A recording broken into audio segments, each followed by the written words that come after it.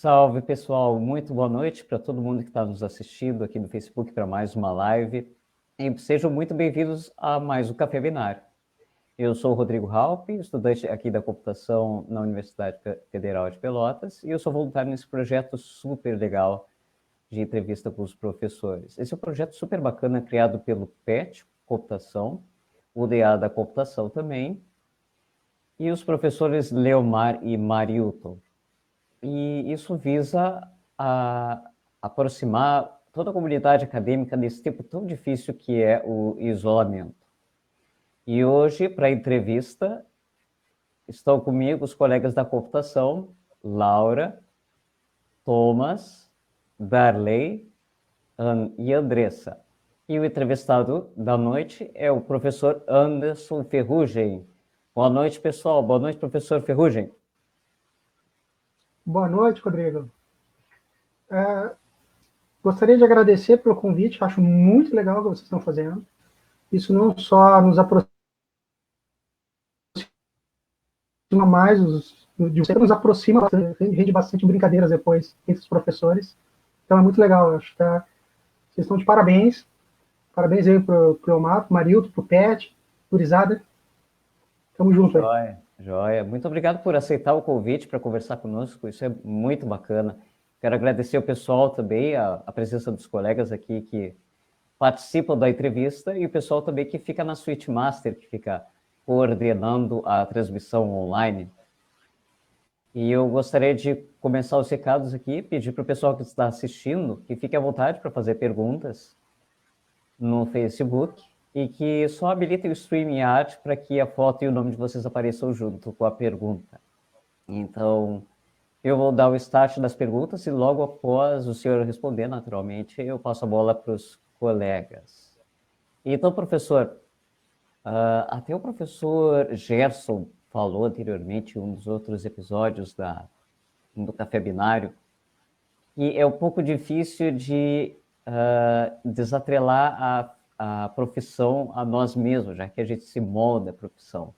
Mas eu queria que o senhor tentasse nos dizer, sem mencionar a profissão, quem é Anderson Ferrugem? Uma boa pergunta, né? Eu vi o Gerson tentando se desvencilhar dessa, o Debó também. Sabe que, dependendo da pessoa que me fez essa pergunta, eu vou ter uma resposta diferente. Uma das definições que eu gosto de dar, assim, é que eu sou uma espécie de nerd de vila, né? Por que nerd de vila? Porque eu gosto de montar coisas, gosto de fazer coisas, gosto de ler, mas também gosto de outras coisas. Futebol, cerveja, ler bastante. Então, eu acho que seria uma boa definição, nerd de vila. Pronto.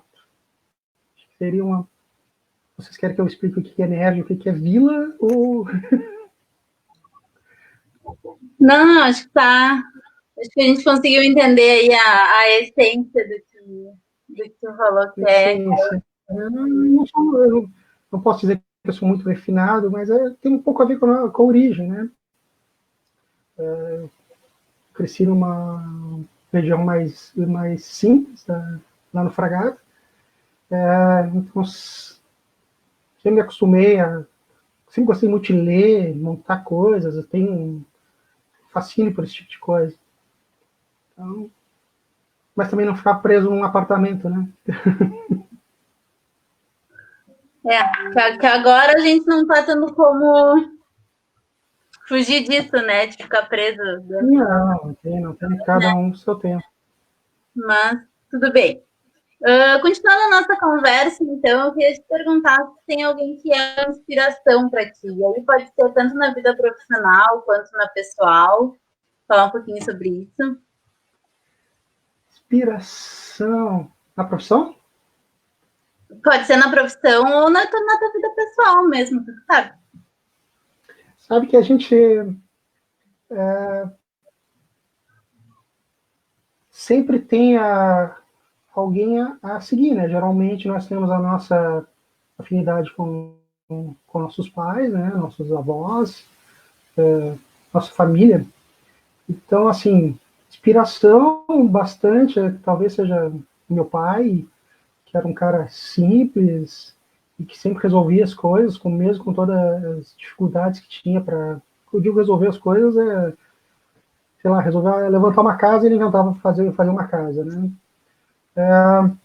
Então, assim, tem classificação de inspiração e de herói. Talvez os pais a gente entre mais para herói, né? Inspiração, eu gosto bastante de vários cientistas. Eu, quando era criança, era fissurado em assistir Cosmos. Eu adorava ver Carl Sagan falando sobre o universo. Gostava...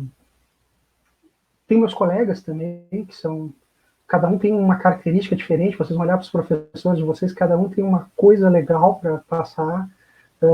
Tem os professores pelos quais eu passei, são pessoas sensacionais, colegas. Eu acho assim, é difícil achar uma inspiração. São tantas, tem as nossas que nós carregamos de dentro das nossas casas, né? E tem a inspiração do nosso dia a dia, né? Vocês acabam nos inspirando também. Isso aqui que vocês estão fazendo é uma inspiração para nós continuarmos fazendo o nosso serviço. Vocês não imaginam como a gente fica feliz ao olhar que anos depois vocês entrarem em contato com a gente e dizem, olha, tô legal aqui, tô trabalhando em tal local, pô, valeu a pena, me lembrei daquela aula. Olha, isso é sensacional. Sim, ver que tudo deu certo também, né? Mas não sabe, que o nosso trabalho, assim, é um trabalho meio, como é que eu vou dizer, que nós não enxergamos o que a gente fez. Vocês saem sempre bravos com a gente, que tiraram notas baixas, então a gente não fica sabendo se foi bem feliz em passar a mensagem. E depois, lá adiante, às vezes eu encontro com ex-alunos, pô, legal, me lembrei daquela aula, tive tal problema lá, me lembrei daquilo que você falou, pô, isso é sensacional. É um baita feedback, isso sério. Então, assim, existem vários níveis de inspiração, e vocês também estão um desses níveis do feedback para a gente continuar fazendo o que faz. A gente gosta de fazer pesquisa, mas, cara, é uma satisfação enorme saber que vocês estão legal, que vocês seguiram um caminho, não necessariamente da pesquisa dos professores, da minha área de pesquisa, mas é também uma coisa muito legal. Então, não sei se eu respondi. Qualquer coisa me puxa a orelha. Hoje sou eu que estou... Depois tu gosta bastante da gente. Oi? Desculpa, né? Deu para ver que gosta bastante da gente, mencionou bastante os alunos.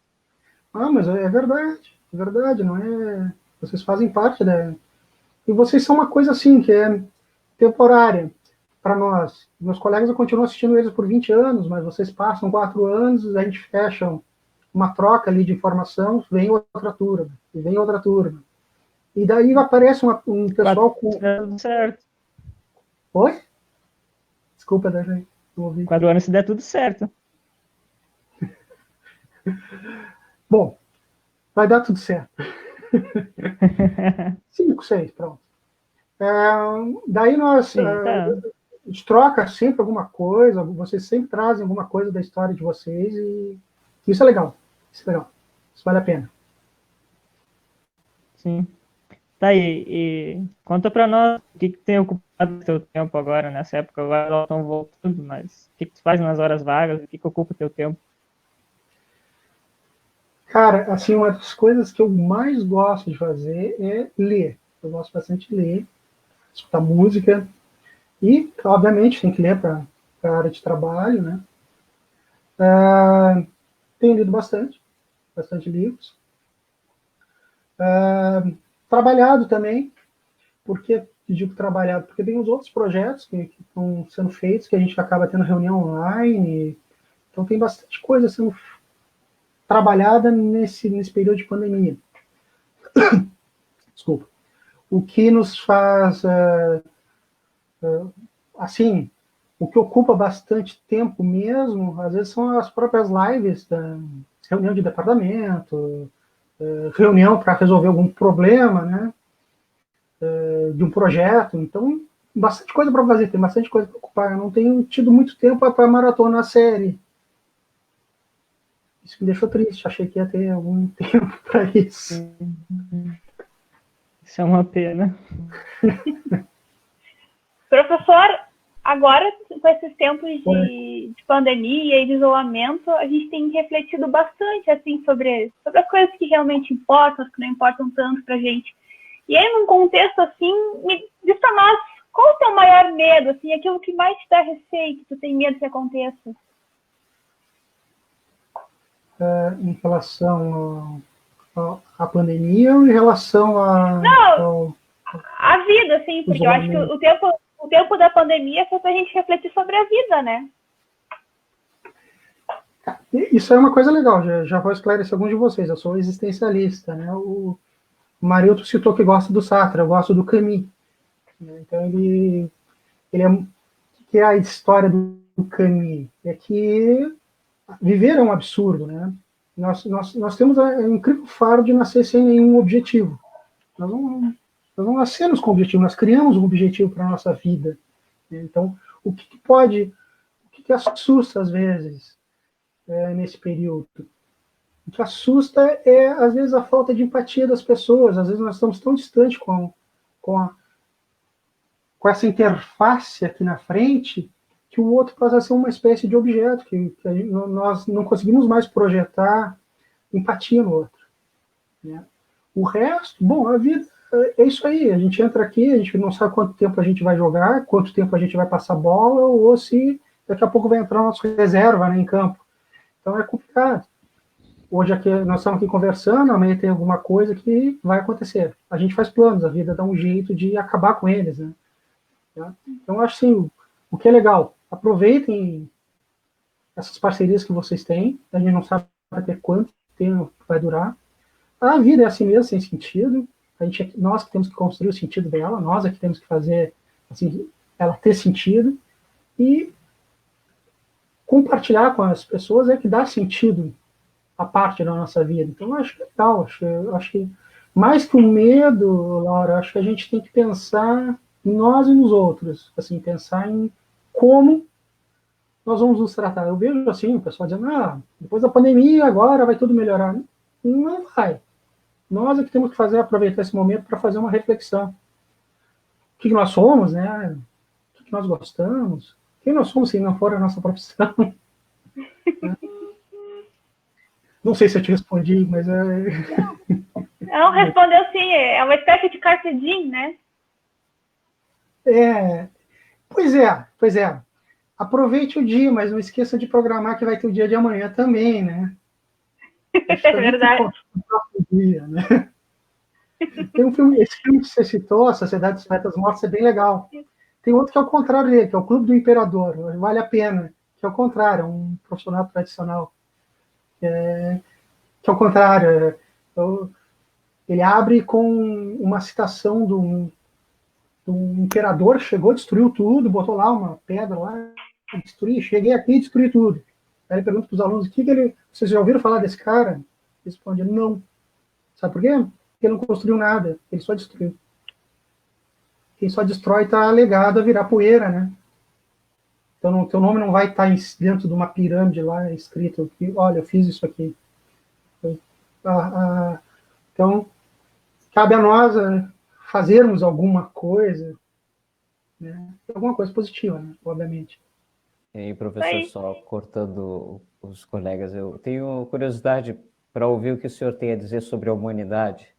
O que vai ser do ser humano a partir do momento que acabar a pandemia? Olha, entra naquele espírito de achismo, né? Impressão pessoal, que tudo significa que vai por... Não vale nada, mas é uma opinião, já que tu pediu uma opinião. Eu acho que nós vivemos assim em fases cíclicas, né? Nós vamos mudar? Não sei, nós já passamos por outras pandemias e não me parece que nós mudamos tanto assim.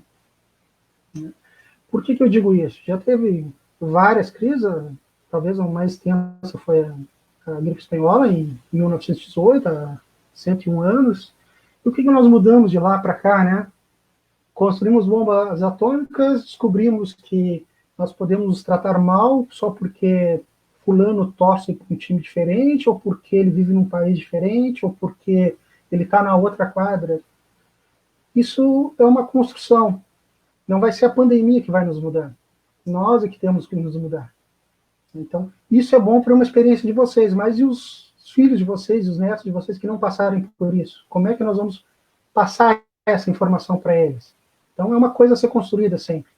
Então, assim, como eu disse, sou existencialista, né? Não sou um cara muito esperançoso, porque a esperança, ela trata de uma coisa que está no futuro e que talvez seja alcançável, né? Eu gosto de pensar já no agora, assim, o que nós podemos fazer para melhorar. Talvez não esperar que magicamente as coisas mudem pós-pandemia, mas que nós consigamos nos aproximar um pouco mais. Seja aqui como vocês estão fazendo aqui no café. Então, acho que é importante essa coisa, nós pensarmos. Tá? Talvez a humanidade não mude nada. Somos tão mesquinhos, né? Às vezes. Então, claro, mas nós temos que mudar, nós temos a obrigação de mudar. Um passo de cada vez, às vezes 2 passos para trás para pegar impulso e para frente, né? Não sei se também te respondi. Olha, pô, me interrompam, pessoal.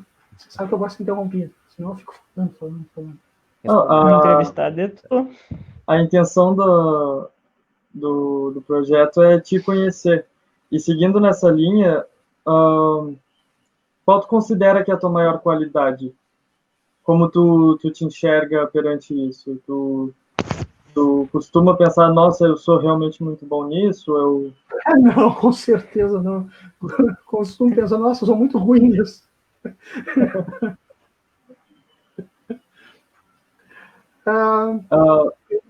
Tu perguntou qualidade, assim. Cara, eu nunca pensei nesses termos. Eu gosto de ouvir as pessoas. Eu acho que as pessoas sempre têm alguma coisa para te ensinar. Eu vou te dar um exemplo. A casa que minha mãe mora, quem fez fui eu, meu irmão e meu pai. Nós cavamos buracos, fizemos coisa. É terrível fazer aquele tipo de coisa. Brincar de pedreiro. Teve um senhor que uma vez foi nos ajudar a fazer o que a gente chama de esquartejar, que é botar 90 graus a casa para depois começar a cavar. E ele pegou a fita, marcou 80 centímetros para o lado, em um dos cantos, marcou 60 para o outro e mediu 1 metro. E a gente olhou para mim e disse assim, olha, para saber se está tudo esquartejado, todas elas têm que dar 1 metro. Eu disse, sensacional. Eu não sabia que eles usavam Pitágoras para esquartejar. Os pedreiros usam Pitágoras para esquartejar o terreno. Um senhor super simples, assim. Então, aquilo me ensinou muita coisa. Eu até brinquei com ele, olha, tu pode não saber o que tu está usando, mas é Pitágoras. Um cara lá, de 2.000 anos atrás, mas é exatamente isso. 80, 60, 1 metro. Fecha direitinho. Então, sempre tem alguma coisa para aprender, mesmo com os maus exemplos. Então, assim, eu não sei se isso é qualidade ou não, mas eu acho que o legal é ouvir as pessoas. Tá.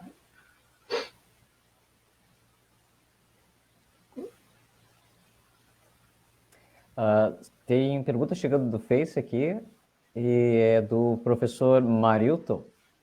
O professor Marilton pergunta para o senhor Ferrugem, o que é inteligência? Bom, Marilton, não foi a disciplina de FIA? Essa aí tu responde bem devagar, que eu vou anotar para botar lá no fórum de FIA, tá? Tá. Mas a pergunta não foi sobre inteligência artificial, é só inteligência. Tá, mas daí já garante meio ponto, né, Davi? Tem que ser de meio ponto. Piaget? Não vai valer para FIA essa resposta. Inteligência, né? É uma pergunta sensacional. Então, eu vou dar um abraço, Marilton, depois da pandemia. O Piaget dizia que era aquilo que se usa quando a gente não sabe o que vai fazer, né? Inteligência é complicado, nós sempre pensamos em inteligência em termos de seres humanos, né? E eu não gosto muito dessa centralidade, porque a questão de inteligência, geralmente ela é uma métrica que nós usamos em algum período de tempo, e geralmente tem algum viés. Por que eu digo isso? Durante muito tempo se usou o QI para tentar avaliar o grau de inteligência das pessoas e até mesmo para definir, por exemplo, na França, se o cara entrava ou não na universidade, Ou, nos Estados Unidos, eles chegaram a usar testes de QI para eliminar a população pobre. Então, e fora outros sistemas que fizeram coisa bem pior, né? Então, inteligência, a resposta é, nós não sabemos ao certo o que é inteligência. Nós sabemos como nós nos relacionamos, nós sabemos como nós interagimos, nós somos ótimos primatas, gostamos de comer juntos, nos abraçarmos, comemorarmos, né? Mas isso não significa que outras formas de inteligência não sejam possíveis, né? Então, geralmente, se tu perguntar para o Mauai o que é inteligência, é lembrar de todos os antepassados dele. Teve um caso interessante também, uma tribo, também acho que é da Nova Zelândia, pediram para separar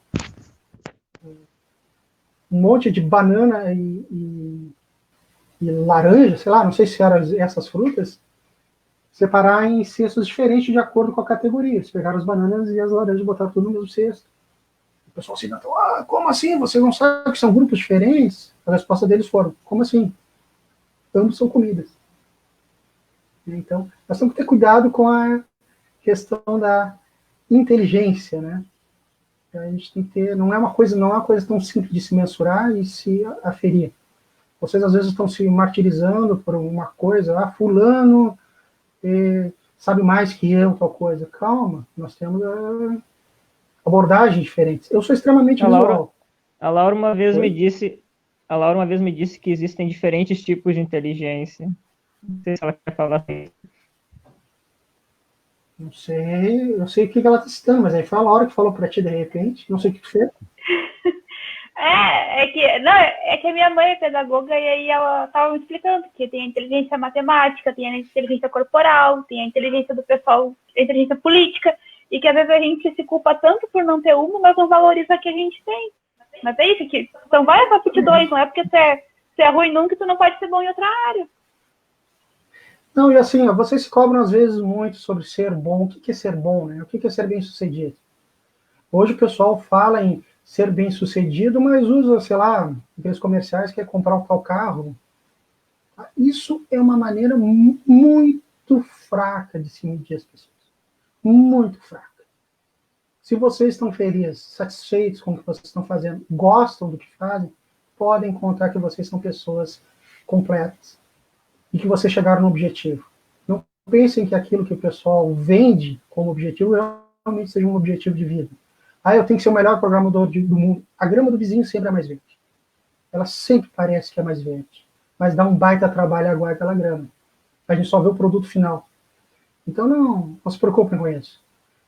Não entendi tal equação. Olha, eu cansei de olhar uma equação, me lembro quando fazia graduação, não entendi, mas visualmente, quando eu visualizava ela, eu entendi o problema. Foi aí que eu descobri que existem também maneiras diferentes de percepção.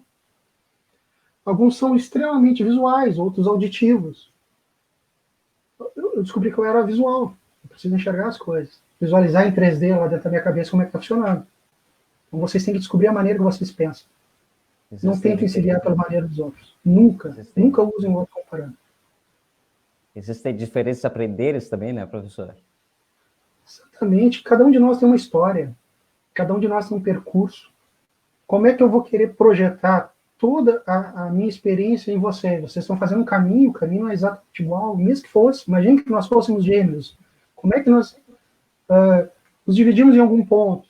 Experiências diferentes, aprendizados diferentes, aprendizado por reforço diferente, né? Reforço positivo e reforço negativo. Não sabem o que é isso? Aula de FIA. Depois o Marildo explica. Professor, dando continuidade aqui às perguntas, por que o senhor escolheu a área da computação para atuar? Por que não escolheu qualquer outra área do conhecimento? Se o senhor teve alguma outra opção? Bom, áreas que dependessem de coordenação motora não são meu chão, né? Todo mundo sabe que eu sou muito ruim jogando bola, né? Não tinha muita opção. O que é escolher, né? O que nos faz? Eu disse para vocês que eu sou fissurado em... Eu pensei muito tempo que eu sou, não só agora, mas eu descobri que eu gosto de sistemas. Entender como é que os sistemas funcionam. Né? Eu lembro quando eu estava no chamado na época, primeiro ano, estava sendo alfabetizado, a professora Jaci, ela chegou com uma chaleira e assim ligou a chaleira e disse: esse vapor que está saindo aqui é o mesmo que compõe as nuvens. Eu disse: é? Caramba, eu nunca tinha pensado nisso. Tudo bem, eu tinha 6 anos. Então, como é que funciona isso? Depois eu fiquei pensando, depois que ela largou essa... Mas como é que se mantém lá em cima? Por que lá ela parece agrupar? Então, essa ideia de entender como os sistemas funcionam, como as coisas funcionam, sempre teve presa a minha vida. E o que tem legal na computação? A computação tem IA, né? E a IA tem aquela história de interagir com psicologia, filosofia. Não que precise fazer isso, mas eu me sinto bastante livre de interagir com outras áreas dentro da computação. Então, eu estou dentro da computação, mas eu fiz uma fugazinha lá para dentro da inteligência artificial e eu posso interagir com outras áreas, ouvir outras pessoas, aprender com outras pessoas. E aprender com meus colegas também, que eu estou sempre aprendendo. Então, a computação, ela surge assim, talvez naquele momento da história, ela surge como uma espécie de canivete suíço que eu podia mexer com qualquer ferramental ali. Então, cara, bom, é divertido. Eu me divirto com a computação. Tranquilo.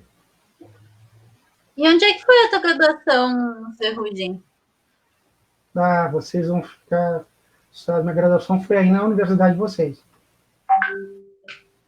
É mesmo, no FPEL? FPEL. E teve algum grande desafio, assim? Qual foi o maior desafio durante a tua graduação? O desafio, Algum assim... professor? Algum professor? Não teve nenhum professor. Professores são sempre chatos, cara. É só olhar que para deve mim. ser...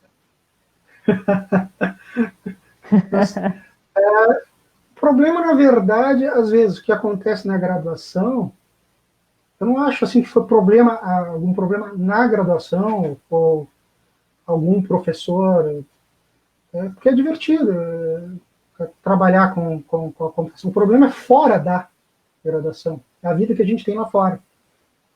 O que atrapalha?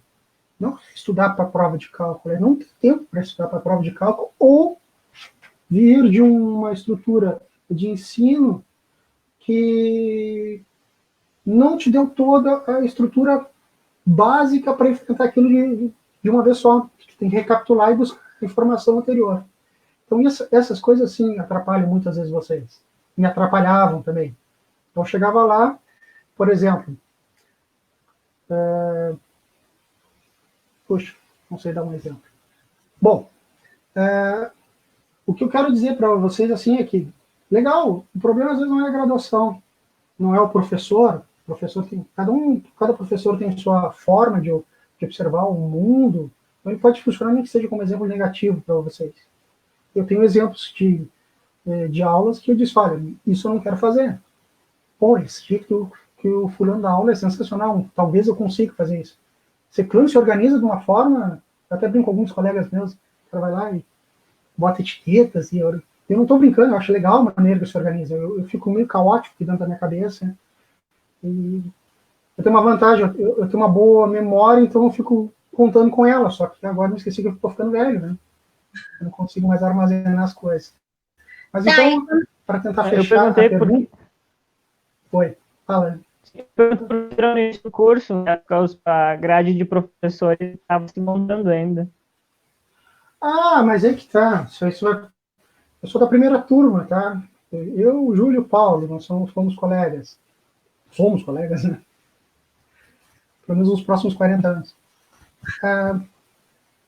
Espero que ninguém desista nesse meio do caminho, não. Quando tu estava na graduação, tu já pensava em ser professor? Tá, uma coisa que eu não sou muito bom é pensar o que eu vou fazer em frente. Eu vou indo. Só foi... Mas eu acho que era o que se encaixava melhor no meu perfil. Eu não gosto de ficar fazendo a mesma coisa. Eu me enjoo fácil com ficar fazendo a mesma coisa. Sendo professor, eu tenho sempre um feedback legal dos colegas. Vocês podem perguntar para o pessoal que está aí, eu fico passeando entre as salas, para ver se alguém me dá atenção. De repente eu apareço lá em algum lugar e começo a puxar assunto. Contar piada também. Mas minhas piadas são ruins, né? Vocês vão ficar falando que eu só conto eu não conto para os colegas, porque eles não se veem na obrigação de rir, mas vocês se veem na obrigação de rir, fica mais... Eu me sinto mais importante. E vocês também, fulano, quantas vezes eu encontro um aluno e diz, Ferrugem, tu já leu aquele livro? Pô, tu escutou aquela música? Então eu estou sempre me atualizando com vocês também, com meus colegas. Aquele artigo saiu, sensacional. Eu me sinto completo na academia. Eu gosto da academia. Eu realmente gosto daquele ambiente. Sim. Gosto da diversidade do ambiente. Aquelas reuniões chatas de professor. Eu evito o máximo, mas eu gosto. Deve ter sido isso que fez tu seguir na vida acadêmica. Nesse assunto também podia falar um pouquinho do teu mestrado. O meu? Desculpa. Podia falar um pouquinho do teu mestrado, já que tu está falando sobre a vida acadêmica. Cara, o meu mestrado eu saí em 2001, eu entrei aqui como professor, né? E eu fui para a URGS. Né? Quando eu fiz a banca, um dos professores gostou da minha aula, né? Vocês não gostam, mas a gente gosta, né? E daí me convidou para fazer o mestrado lá. E depois que eu completei meu período aqui,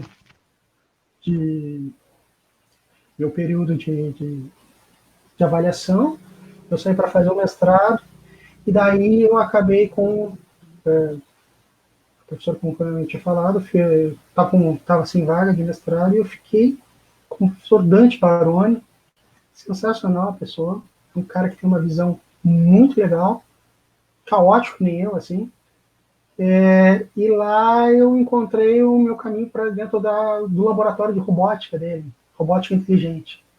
O que nós fazíamos lá, né? Eu trabalhei com visão computacional. Então, meu trabalho de mestrado foi utilizar redes de Coronel para fazer aquilo que hoje é uma barbada de fazer. Eu pegava um conjunto de fotos, classificava ela, se ela era uma imagem de paisagem, se era uma imagem dentro da casa, o que tinha dentro daquela imagem. Então, eu imaginei uma estrutura de tópicos de classificação.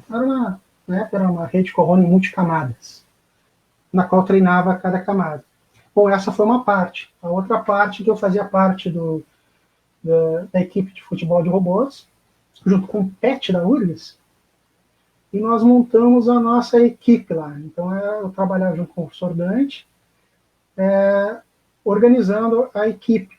Fomos campeões pela I3E lá em Bauru, lá nos idos de 2003. Aí aquilo era divertido também. E também tinha que escrever artigo. Então, foi uma época bem corrida, assim, mas divertida. Eu fiz coisas a ver com o mestrado, coisas a ver com outra área, que eu não usei absolutamente nada do que foi feito com a equipe de robótica. Mas, nós fizemos também uma coisa bem legal. O professor Dante entrou em contato com um outro professor da Federal ali da Saúde Médica de Porto Alegre, a UFSPA, eu sempre tenho dificuldade de falar. E nós estamos desenvolvendo um braço robótico para videolaparoscopia. Isso era bem legal de fazer. Então nós tínhamos o pessoal que era da engenharia mecânica, o pessoal da elétrica, o pessoal da ciência da computação e o pessoal da engenharia de computação. O mestrado, o pessoal que estava no mestrado e o pessoal que estava no doutorado. Então nós chegamos a desenvolver um braço que segura aquela câmera que faz quando vocês fazem impressão de videolaparoscopia, vocês fazem um furo pelo umbigo e a câmera é injetada ali, se enche com gás carbônico e um braço fica controlando aquela câmera, à vontade do médico. Bom, eu jamais pensei em entrar numa sala de cirurgia, né? Acabei entrando lá na Santa Casa de Porto Alegre para assistir esse tipo de coisa. Então é divertido esse tipo de coisa. pensei em ter alguma coisa a ver com medicina, estava lá de repente eu estava todo paramentado dentro de uma sala de cirurgia. Né? Um colega meu estava desmaiando porque não podia ver sangue.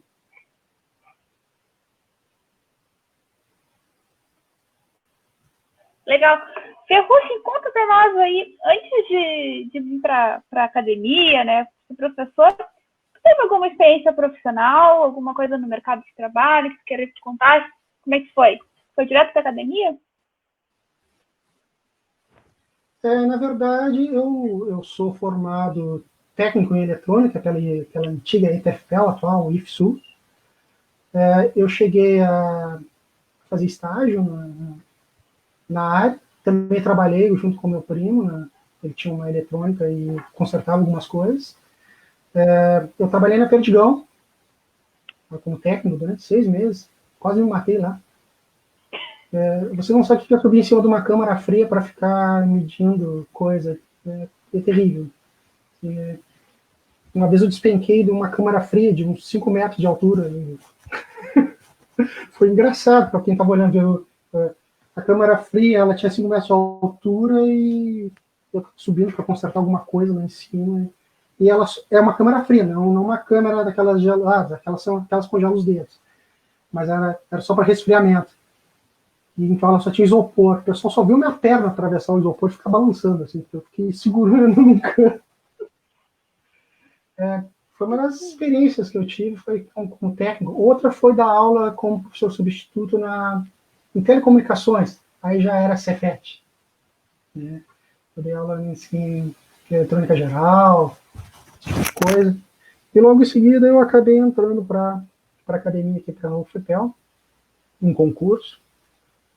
Tenho até orgulho do concurso que eu fiz, porque eu corri com uma galera bem qualificada. Né? Então, é difícil. Eu quase desisti, eu não ia fazer o concurso. Eu me lembro, o professor Gil, assim, eu não vou fazer, cara, olha só, esses caras são 300 vezes mais qualificados que eu não vou conseguir entrar nisso aí. Mas aí, claro. Pior das hipóteses, vai continuar no mesmo lugar. Foi mesmo, faz sentido isso. Foi. Então, assim, tem bastante coisa percorrida aí nesse meio caminho. Eu andei zanzando lá por frigorífico, consertando televisão. Fora as coisas que eu fiz ajudando meu pai lá. O Léo contou para nós que tu tinha feito o primeiro site do teu time lá em HTML Sim, puro. Uma coisa. Sim. Isso foi um bico ou o que foi isso? Não, isso foi de graça, ninguém cobra do Brasil. A gente paga no Brasil, a gente não cobra. Exatamente. Sim, na época eu fiz o site o Brasil nem deve se lembrar mais disso. Mas eu fiz o site do Grêmio Esportivo Brasil. Na verdade, eu fiz o segundo site. Tinha uma empresa que tinha pego o site e ele estava parado. Eu fiquei indignado com o meu time, que não tinha atualização de nada. E eu fui lá e pedi para... Fui lá bater na porta do estádio para fazer o site. E fiz o site. Né? Infelizmente, depois que eu saí para mestrado, para dar aula, o site ficou parado e hoje tem uma galera lá que fez um site muito mais bonito de um cara da computação. Com certeza. Mas sim, certo, estão usando CSS agora. Não, aquilo era HTML puro e era um designer, um cara da computação. A melhor coisa que fizeram com o designer foi ter deixado o pessoal do designer, o pessoal da computação. Eu comecei a botar vermelho e preto por tudo lá, botar os resultados dos jogos.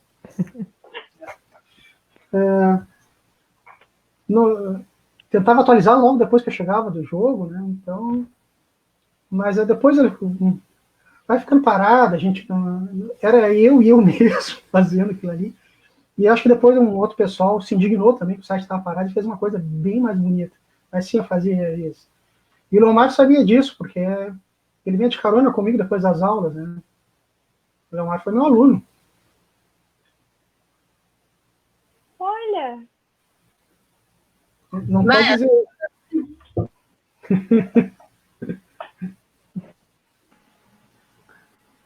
Tu tinha dito que tu não gosta de passar muito tempo fazendo a mesma coisa.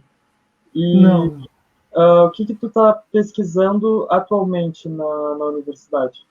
E depois também pode comentar o que tu já pesquisou, o que tu gostou de pesquisar. Tá. Eu tenho que eu tenho que cuidar de não me esquecer de ninguém. Nós temos um trabalho bem legal com a FAURB, junto com o professor Antônio César, que é desenvolver um ambiente de automação inteligente. Trabalha no ramo da Smart Buildings. O que é? A FAURB agora, finalmente, depois de uns 10 anos batalhando, ganhou um edital. Eles vão construir um anexo da FAURB. E nós, nesse anexo, nós vamos criar um ambiente automatizado.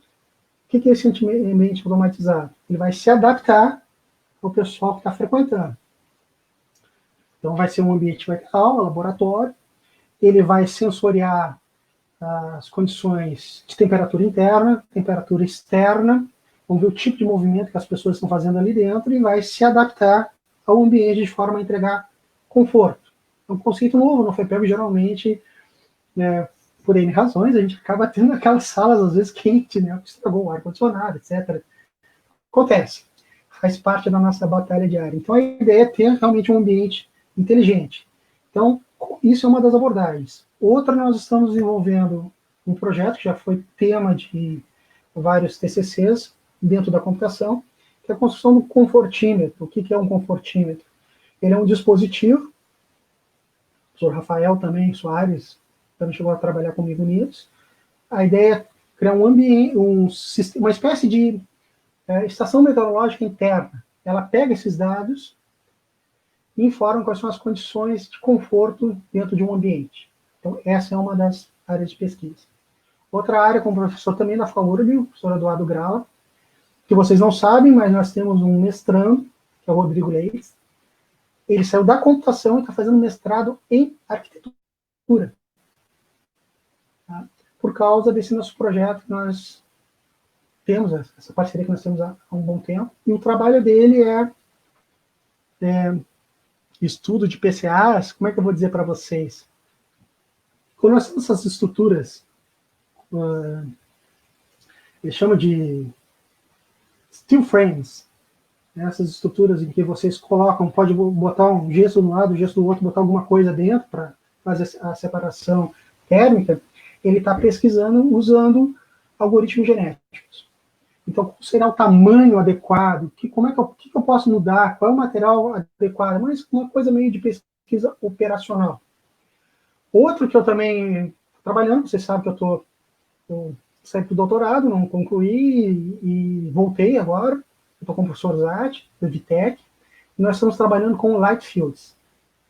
O que é isso? O pessoal do Vitec lá trabalha bastante com compactação e não é muito a minha área de conhecimento, né? A área de conhecimento é a visão computacional, e o Zatti tem uma proposta muito legal, que é usar essa ideia de light fields, que nós temos. Imagine que vocês estão pegando uma cena por vários ângulos. Com isso, eu consigo, usando uma câmera desse tipo, mensurar a distância. Então, uma câmera desse tipo, eu posso mudar o foco depois que eu já bati a foto. Eu posso usar isso num carro autônomo. Em vez de usar o LiDAR, eu posso usar esse tipo de câmera, só que ela demanda muito processamento. Então, tem vários desafios em cima dessa área, uma área bem interessante, a parte de light fields. Outra coisa que eu comecei há pouco tempo, nós estamos essa semana, fui com o professor Dante Baroni e o professor Jonas Rodrigues. O professor Dante Baroni é da informática, lá da computação da URGS, e o professor Jonas Rodrigues da Odonto da URGS, que é fazer diagnóstico de imagens radiológicas. Então, a pessoa me apresenta um raio-x panorâmico e nós identificamos onde estão os dentes, qual é o tipo de problema que ele tem, se tem cárie, não tem, está faltando uma coisa, uma prótese. Usar a visão computacional, usar a inteligência artificial para fazer um diagnóstico automatizado de raio-x.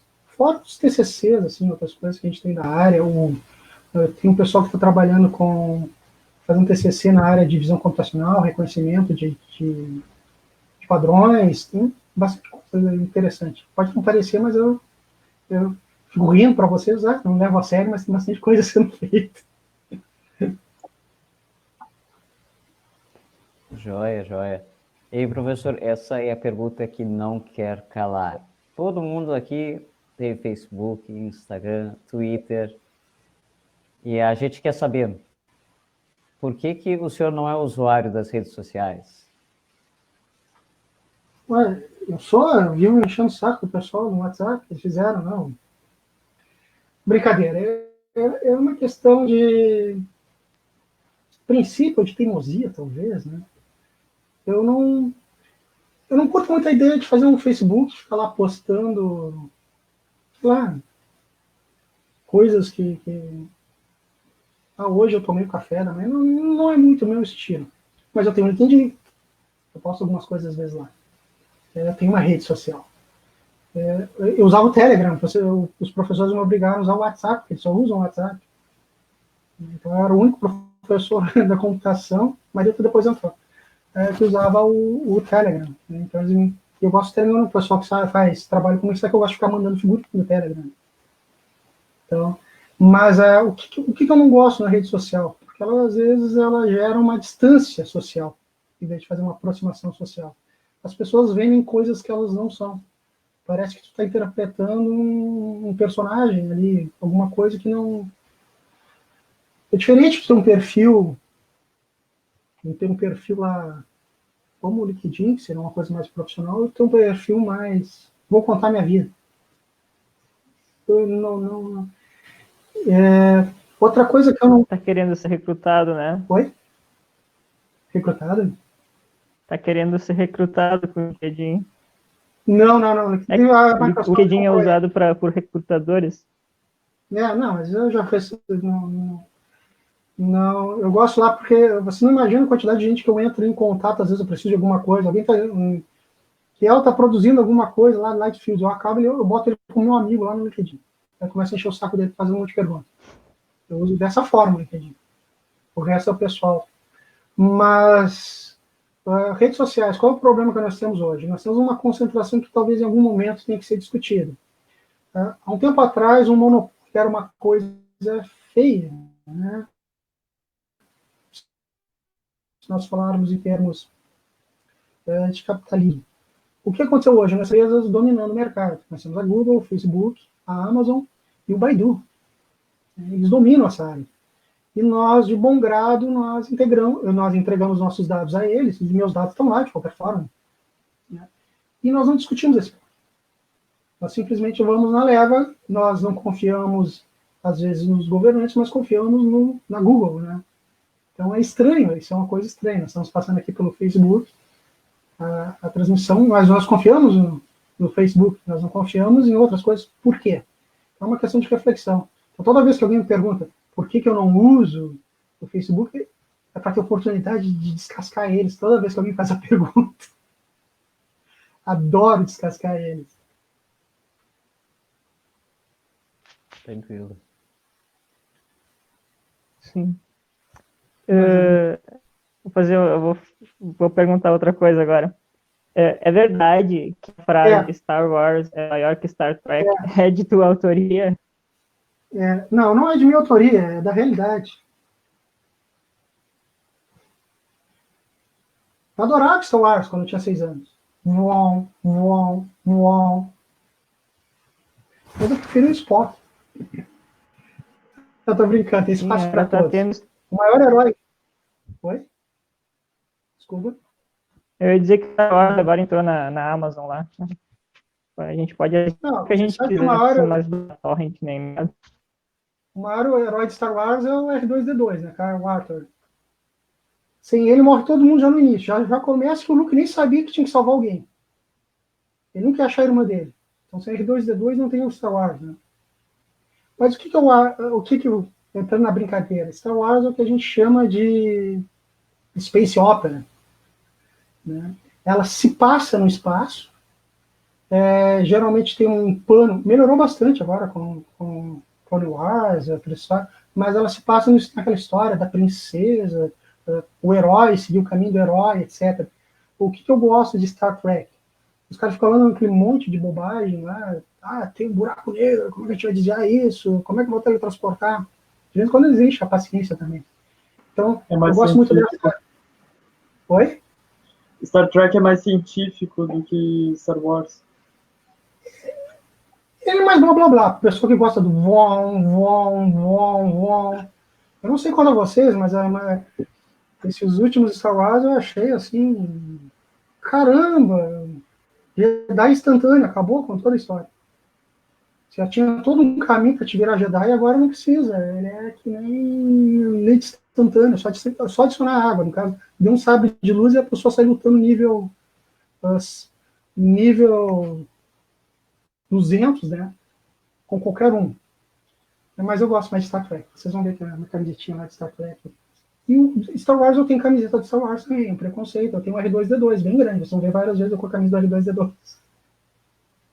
Meu principal herói.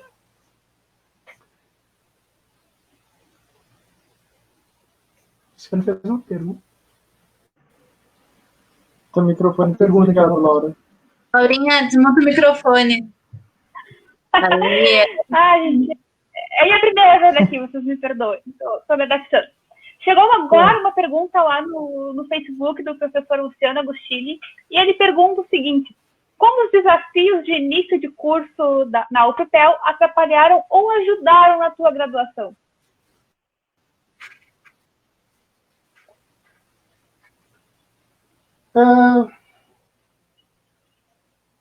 Eu sempre gosto de pensar em termos de ajudar, né? Vocês não têm ideia do que foi o início da computação. O primeiro laboratório foi montado pelos alunos.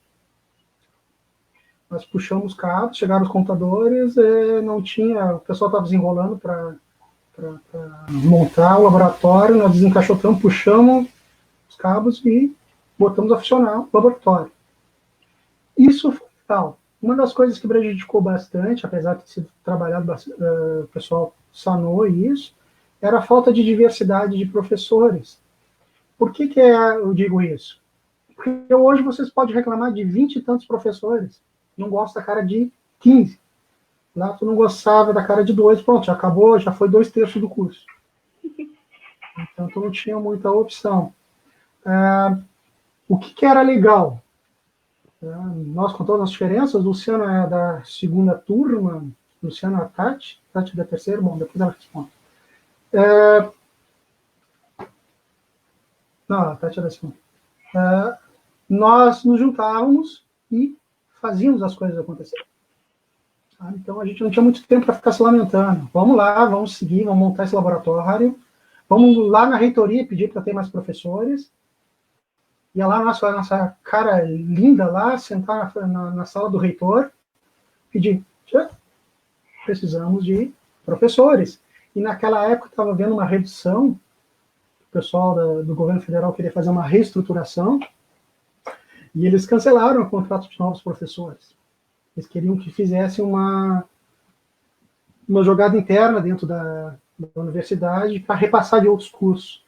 No final da história, conseguiu com que todos os cursos brigassem um com o outro, né? Porque se aposentar o professor num curso, eles queriam que essa vaga viesse para a computação, não vinha. Então, isso foi uma coisa bem problemática. O ambiente em si desestruturado para acomodar os alunos de forma que eles pudessem se concentrar no trabalho de nossos problemas comuns, né? Vamos estudar teoria da computação, vamos lá montar o laboratório. Vocês não passaram lá pelo campus, mas, por exemplo, nós tínhamos algumas vezes que os ar-condicionados estragavam, uma vez roubaram nossos computadores. É muito triste com isso, entraram lá e roubaram as CPUs dos computadores. Então, são dificuldades que a gente vai passando e que a gente tem que valorizar. Pode parecer que não existe, que o curso saiu assim, tranquilamente, nada, mas cada dia que nós passamos, nós temos uma briga enorme lá para conquistar recursos, para trabalhar por recursos, e tem uma galera enorme, cada um puxando para um lado para tentar levantar esse curso. Por quê? Porque a ideia que tem, eu acho que todos os professores, é que esse curso pode ser um baita curso, e vocês podem tornar esse curso grande. Por isso que vocês são nosso cartão de apresentação. Vocês saem daqui e vocês levam o frecão no peito. Por bem ou por mal, vocês não se apresentam. Então tem essas dificuldades que o Luciano citou, atrapalharam, mas faz parte do caminho, faz parte do crescimento. Acho que tem muita coisa aqui proveitosa. É joia, pode crer. Tem mais uma pergunta aqui do Facebook, que é do professor Leomar. Então, professor Ferrugem, tu és o professor mais longevo atuando na computação da UFPEL. Conta um caso divertido que tu vivenciou nestes anos todos da universidade. Posso contar do cara que vinha de carona no carro comigo? Tinha medo de dizer que era torcedor do Pelotas? Pode ser. É uma decepção. Não, mas agora tu consertou ele, Laura. Estamos falando do Flor Leomar, sim. Ele vinha de carona comigo. Por sinal, tem um broche do Terra, onde o professor Leomar trabalhava, e até hoje guardadinho ali, que ele me deu. Ele sabe que eu gosto de colecionar esse tipo de coisa também. Vou levar para vocês. Causos, puxa, o que não falta são causos. Né? Tanto como aluno como professor. Eu lembro de um aluno uma vez que eu dei aula de algoritmo de programação, eu dei aula de quase todas as disciplinas. Na aula de algoritmo de programação eu tinha uma certa dificuldade. E aí, aparentemente, uma prova de cálculo, alguma coisa da área da matemática após, e ele saiu mais cedo. Eu olhei para ele. Cara, tu vai sair mais cedo, tá com toda a dificuldade. Tu não acha melhor ir até o fim, para não ficar com dúvida, rapaz. Ele olhou para mim e disse assim, bem sério. Ferrugem, tu acha que na computação é só algoritmo? E eu disse, sim. Hesitei, né? Obviamente, brincando com ele. Sim, não consigo imaginar a computação alguma coisa além de algoritmo. Daqui até o final do curso. Ou então, brincadeiras que eu gosto que vocês façam, interajam comigo, né? Eu não tenho medo de que vocês me vençam na brincadeira. É mais fácil vocês me contarem um caso comigo, talvez. Dá um caso comigo, o que aconteceu comigo? Sim. Implicando comigo já mal chegando no curso. Tem uma situação não também tive engraçada. aula contigo ainda. Mas eu já impliquei contigo. Mais uma. Sim, não, teve uma vez. Teve uma vez que a gente ficou uma manhã toda falando de futebol. Implicou E eu com nem sabia que tu era professor, porque tu não tinha cara de professor, era muito jovem. Eu pensei, não é professor. Aí eu comecei a brincar também. Depois Agora você já o sabe. meu amigo que estava junto comigo falou que tu era professor. Agora você já sabe que ele tem uma pretensão de ficar uns 6 anos no curso, né? Parabéns. 5 anos. Capaz. Ferrugem. Eu gosto. Oi. Não, pode continuar. Eu gosto de brincar com vocês. Eu acho que tem cá, o Fabiano ali, às vezes, na secretaria, sempre ficou lá parado, às vezes estava com o Redinho conversando. Esse tempo chegou alguém lá perguntando se a aula de cálculo se a matemática ia ser normal hoje. Eu respondi, não tinha nada a ver com aquilo, não sei porque eu respondi, mais forte que eu. Não, hoje vai ser diferente, 1 mais 1 vai ser 5. Hoje a matemática mudou completamente. Ou então, um aluno querendo tirar o copo, ele foi sacar o copo do porta-copos, né, e tirou 2. E aí você sabe que não resiste esse tipo de coisa. Ele, de forma justa, quis botar um dos copos de volta, por baixo. Eu fiquei parado olhando ele, né. Mas olhando assim, né, daquele jeito que eu... Entrando já, com cara de sério, assim. O que foi, Ferrugem? Tá vendo que eu tô tentando? Tô vendo. Pois é, eu não tô conseguindo. E eu tô aqui me divertindo com isso. Quando tu resolver botar por cima o copo, vai ser mais interessante. Mas por enquanto eu não vou te dizer nada. Eu vou esperar tu tentar enfiar por baixo esse troço. Então eu gosto de realmente. Se eu não for maldoso com vocês, não. Ferrugem, Fala. eu tô aqui hoje, compartilho dessa paixão contigo, vim uniformizada para te homenagear. Então eu quero fazer 2 perguntas para a gente encerrar a nossa entrevista hoje. Vamos lá. Eu quero o seguinte, primeiro eu quero saber qual é o teu número de sócio do Chavante, e depois eu quero que tu conte para nós qual tu acha que é o maior feito do Chavante na história dele. Todos. Já que a Laura quer fazer um pouco de paixão, né? Um Chavante, eu vou te contar um caos, Laura. Então, meu número de sorte é o meu número como jogador. Eu sou centro médio, eu jogo 5. Né? Eu não jogo, eu faço de conta. Então, às vezes eu quebro o nariz jogando isso, sim. Certa vez eu estava com um colega que estava trabalhando com um projeto de rastreamento de jogador de futebol. Eu estava em mestrado da URGS e nós fomos gravar um jogo de futebol. Obviamente, não foi com meu, não foi do meu time, foi na época foi do Internacional. Ele trabalhava junto com o Paulo Paixão, nós fomos com a câmera, né? Para filmar, para depois usar aquela filmagem para rastreamento de vídeo. Então, nós entramos no meio do Beira-Rio, naquela área reservada para o pessoal que é colorado, aí, desculpa,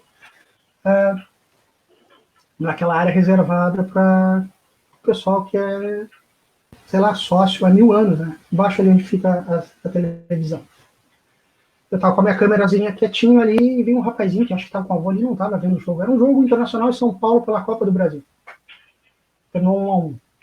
Estava ali filmando e o rapazinho perguntava, que câmera é essa que está usando? E meu colega só me olhando, sabendo que eu sou Chavante, né?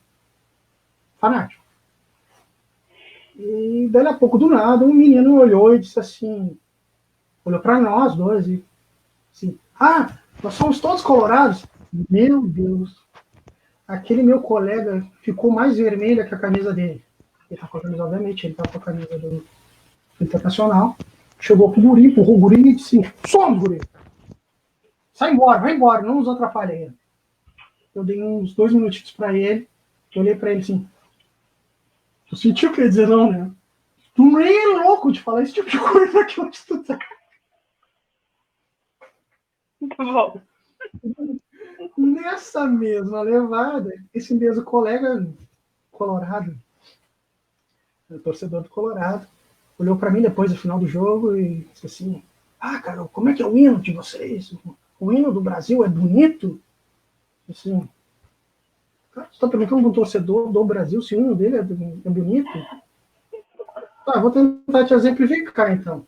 Imagina o seguinte, o que eu acho do hino do meu time? Eu acho que ele deveria ser trocado pelo hino nacional, tirar o hino nacional e botar o hino do Brasil. Esse é o verdadeiro hino do Brasil. Quando a gente faz que é um elo de ligação comigo e com meu pai, que é uma coisa uma das poucas coisas que a gente herda, porque eu não sou um...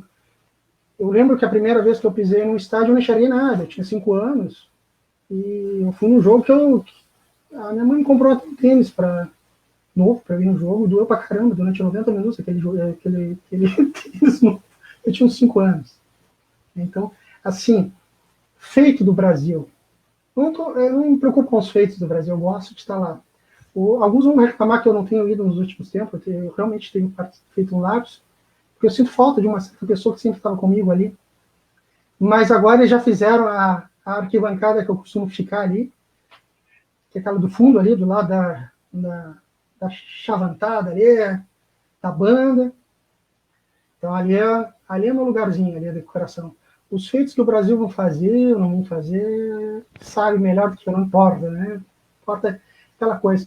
Uma coisa legal, cada um de nós tem do time uma certa visão passional, né? O que eu gosto do Brasil? Tem um monte de gente diferente misturada. Uma vez um senhor chegou para mim, senhor, velhinho, negro, chegou para mim e disse assim, tinha uns 16, 17 anos. Gurito, sabe? Assim, naquela época era gurita, não a nossa coisa. Sabe por que eu torço pro Brasil? Não sei porque as pessoas começam a falar comigo do nada, assim.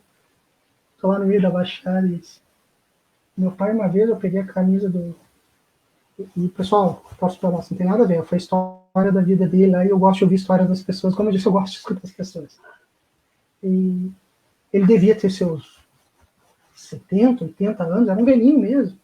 Uma vez eu peguei o distintivo do Pelotas na época e meu pai ficou bravo comigo, disse, essa gente não gosta da gente. Tá? Isso não é mais verdade. Tá? Mas o Brasil sempre foram os negrinhos da estação, na maneira mais bonita de se dizer. Então, essa ideia de um time de origem humilde, que não necessariamente é completamente verdadeiro, é a parte que me apaixona. Eu sentar lá e ver aquele monte de gente. Pedreiro, tá ali no canto, motorista de ônibus, o professor lá do outro curso que eu conheço, ver o meu professor de química lá no meio do caminho. Né? É isso que eu gosto disso. Eu me sinto bem lá. É uma alegria. Mas, obviamente, apesar de eu tentar ver tudo sem viés, essa eu não vou escapar, é só se eu não vou olhar com viés, tá? Eu não tenho uma resposta sem viés para essa. Paixão. Tá certo. Agora uma pergunta do Facebook aqui para fechar, do professor Luciano Agostini. Ele disse o seguinte: o caso do nariz quebrado merecia ter sido comentado.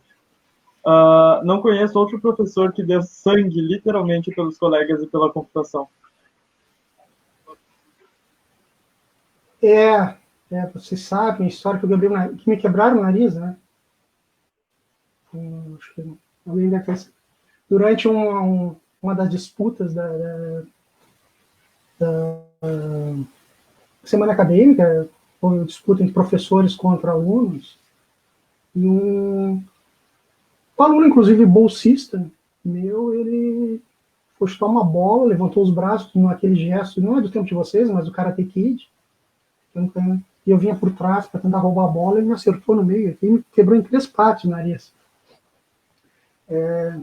Eu fiz uma poça de sangue enorme naquela quadra. Foi terrível. E eu estava com dúvida se eu tinha quebrado ou não o nariz, porque na hora que eu fui botar meu óculos, que eu uso óculos, eu senti que o óculos estava ficando assim. Eu disse, eu quebrei o nariz, mas parece que não está torto. Mas foi divertido. Depois, quando eu contei para o bolsista, eu disse, não acredito que eu fiz isso contigo. Isso não é que não. Mas eu fiquei uma semana sem respirar pelo nariz por todo o corpo. Tá, mas ele foi divertido, foi sem querer. Ele te acertou como? Cotovelo. Com cotovelo. Caramba. Você já vê com aquela versão dos anos 80 do Karate Kid? Que ele fica equilibrado num pé só e faz o movimento da garça? Pois é, ele usou o movimento da garça para chutar a bola. Só tava ele de frente com o gol e eu tava tentando vir por trás para roubar a bola. Aí a última coisa que eu esperava que ele fosse fazer assim, com os braços, levantar um dos pés e tentar chutar com o outro. Ele realmente fez um movimento muito parecido com o Karate Kid. Quando ele fez assim, ele me acertou. O pior é que ele não me viu mesmo. Realmente, ele era mesmo chutando bola. Mas foi divertido, realmente. E o pessoal, poxa, sangue, né? É complicado. Não, eu acabei de receber, eu fiz o meu exame de sangue. A minha esposa é odontóloga, então, de tempos em tempos, a gente faz exame de sangue, porque tem perigo de doenças transmissíveis, etc. Não se preocupe, eu não estou com nenhuma doença transmissível. Pelo menos um atualizado exame de sangue. Sangue é sempre complicado de trabalhar, né? Foi a minha última participação. O Hilton até comentou ali no Facebook dizendo falecido bolsista. Oi? O professor Marilton comentou no Facebook dizendo falecido bolsista. E o Leomar está dizendo que ainda perderam o jogo. Não, mas nós não perdemos o jogo. Foi por causa disso. Só que a Argentina somamos uns 10-0 de todos os jogos. Agora sim, a última pergunta, Ferrugem. Terminando aqui, o Alan está perguntando qual é a tua citação favorita. Minha citação favorita? Citação favorita. Professor? Professor Alan Rosseto. Puxa vida, eu tenho tantas que eu gosto. Inclusive, eu tenho uma lá no WhatsApp, que é atualmente, que é do acho que é do Obama, que tanto na política como na vida, a ignorância ela não é uma qualidade, né? Eu acho que tu optar pela ignorância não é uma... Se ele me perguntar amanhã, eu vou responder outra. Mas eu acho que essa é uma das que estão gravadas, assim, não é opção... Tu não tem a opção de ser ignorante, tu tem que sempre tentar aprender. Então tu não tens essa opção. Às vezes as pessoas estão balançando sua ignorância por aí, achando como se isso fosse um mérito. Isso não é mérito, gente. Tá? O mérito é admitirmos que a gente não sabe algo e tentar